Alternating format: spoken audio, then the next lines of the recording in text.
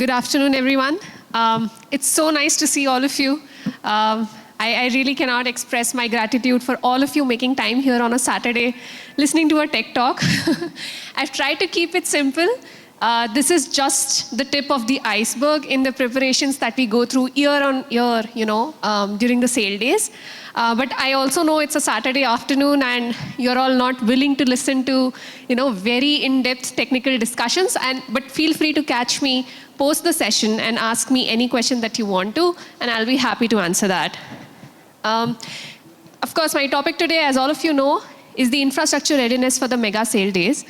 How many of you have shopped from Flipkart? Okay, almost everyone. How many of you wait for the BVDs to shop at Flipkart? Okay, great. How many of you feel that BVD in 2014 used to be much better because we used to get much more offers earlier? All right. How many of you feel the systems are much more stable during BBDs with respect to Flipkart handling the sort of traffic that they're expecting? Okay, right. So this is where my talk is going to be about. BBDs are on a large scale, right? Where millions and millions of shoppers come to the site and they want to shop as much as they can, right? Because of the offers and everything else. And I hate to tell it to you, but we used to have like every night, 12 a.m., the cutover time of these sale days, we used to sit and, we used to just scroll through Twitter and see what people are saying about it, right? Some of them said, hey, you should fire engineers. What kind of service is this? Nothing is working, right? Somebody used to say, I'll die on this hill, but I'll never shop again at Flipkart, right? So we used to get all of these insights from Twitters of how these shoppers are feeling while they're shopping at Flipkart during Big Billion Days. And of course, like everybody else, we wanted to have a better sale than our competitors. I'll not forget you for the Amazon vouchers, by the way. So we wanted, excuse me.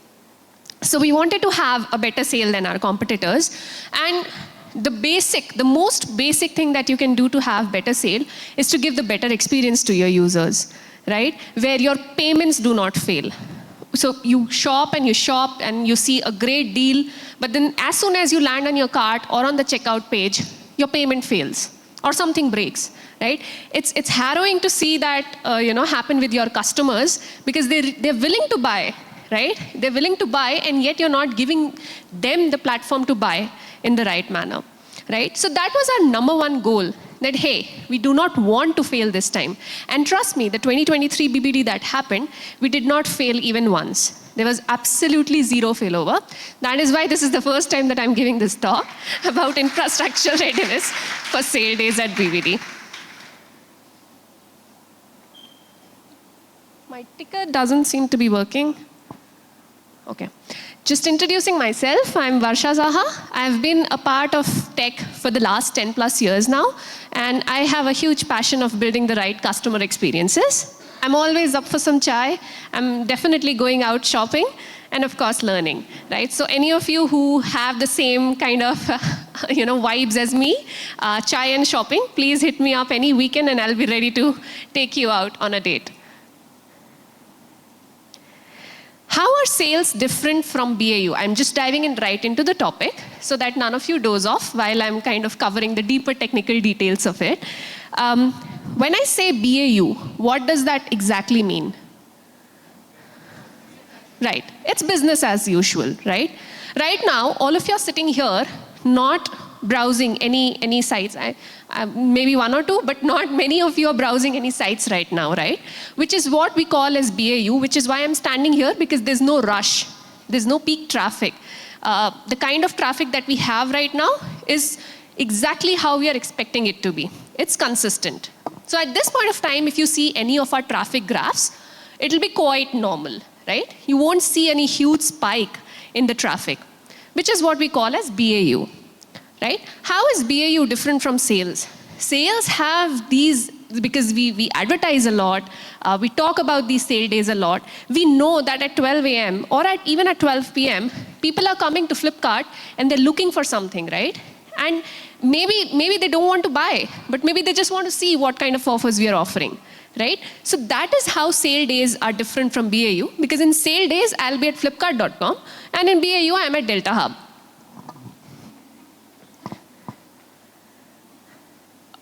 Right. So this is a quick comparison of the BAU versus sale days. We have a continuous flow of traffic on Flipkart in the BAU days, whereas we have peaks of traffic, especially at cutover times. So at 12 a.m., midnight, whenever these sales start, right, we have like a huge spike of traffic coming in. Also, we do not see any major spikes except for a few hours a day. Few hours a day is fine when we have like these normal mobile phones selling or some large category being sold. We have some spikes, but not major spikes. But during sale days, we have higher traffic than usual. And how much higher? 10x is the minimum, right? So 10x traffic expectation on opening days is the minimum compared to how we operate on a BAU days. So on BAU, when you see that it is 1/10 of the traffic that is on the sale days, the infrastructure is quite mature to handle everything. We've been in this journey for a very, very long time. We've been doing BBD since 2014, right? So we know how to handle it. And our infrastructure is also quite mature to handle this, right? One of the things that we came across and that that became quite malicious, especially around this year, were the bot attacks. Right? And I'm not sure who's doing that, our competitors or somebody who just doesn't want us to kind of grow, but there were huge bot attacks on our systems, even during BAU, right? The problem is, or the right thing during BAU is that no matter how much the bot attack is, because the traffic is consistent, our infrastructure is able to handle the extra traffic or the extra surge of traffic that comes via bots. Right? So we are able to handle it without showing our genuine users some sort of error page or some sort of broken down link because the DDoS attack is happening, right? But during sale days, bot poses a much, much serious threat, right? Because you have 10x traffic already. Our infrastructure is already overloaded. And on top of that, these bots are being malicious as usual, and they're doing the DDoS attack, right?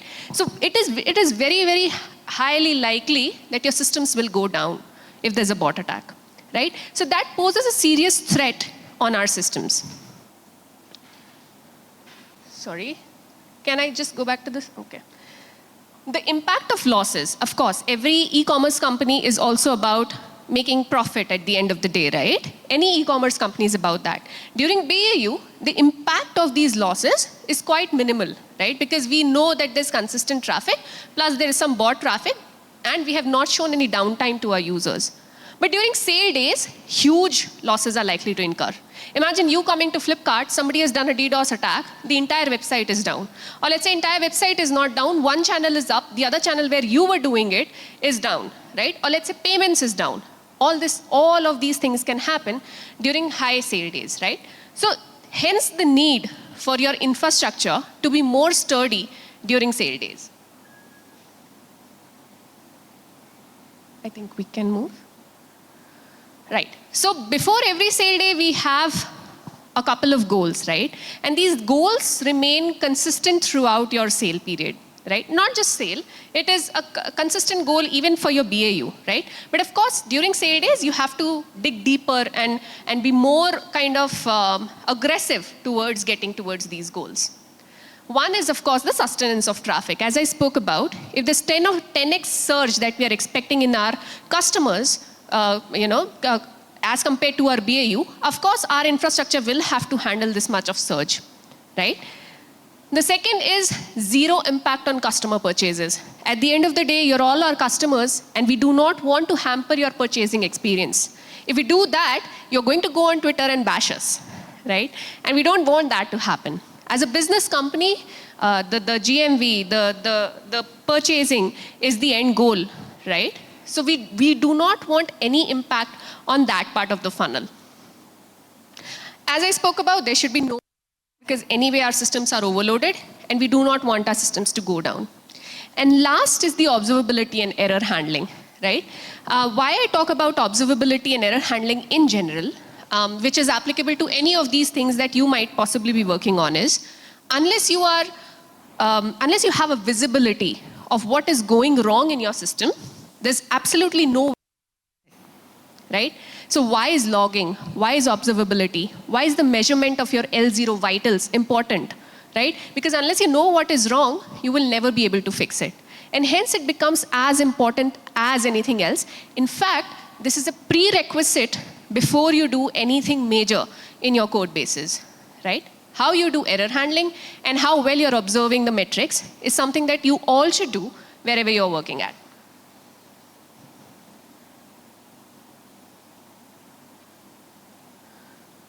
Can somebody check the ticker by the time? Right.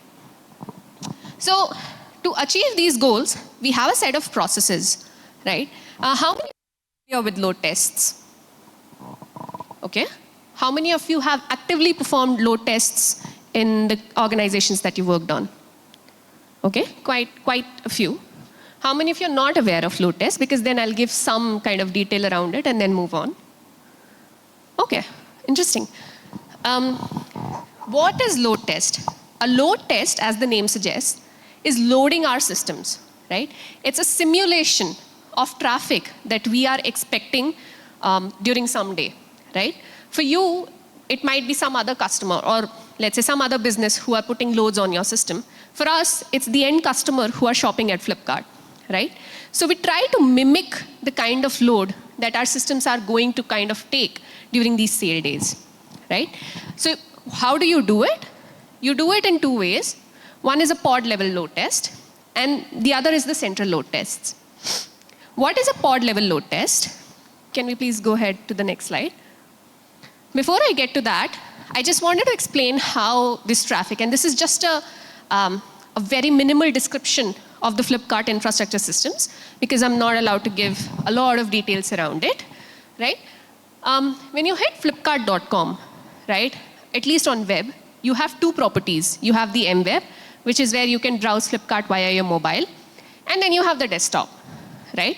Based on the user agent, the central router kind of configures where it wants to go, whether it wants to go via this route or whether it wants to go via that route, right? Then you have Nginx at each end, a load balancer, and this load balancer then kind of distributes the load evenly on these servers, right? Each server in turn will call the upstream, right? So this is how the basic thing works. Couple of things to keep in mind. While a user is making one call at flipkart.com, one call comes here, one call comes here, this server might be making 4 calls to the upstream, right? Which is what we call as fan out, right? So while for you, it is hitting www.flipkart.com, for us, it is making sure that we make these 4 calls to the upstream, data or the HTML back that you see, right? And similar thing happens for desktop as well. So this is, when I say pod level tests, what I'm talking about are these individual pods, individual servers that we have, right? So you can perform your load testing on the individual thing, or you can perform the testing at central level, hitting flipkart.com, going up till upstream services giving you the response and showing the customers back, right? So there are 2 kinds of tests. Why 2 of them? Because it's hard to kind of figure out in the central level of where things are going wrong, right? So unless you know each and every detail, and upstreams also, there are too many upstreams, right? It's not just one, right? So basically you have to figure out all of these, you have to kind of have great debugging skills to figure out what is going wrong where if you just perform one of these tests. So what we start doing is, even before we hit BBD, 1, 2, 3 months before that, we start performing our pod level tests, right? What are these load tests? Each pod is being loaded till it kind of breaks, right? Each of these applications are being loaded till they break, right? That is called pod level tests.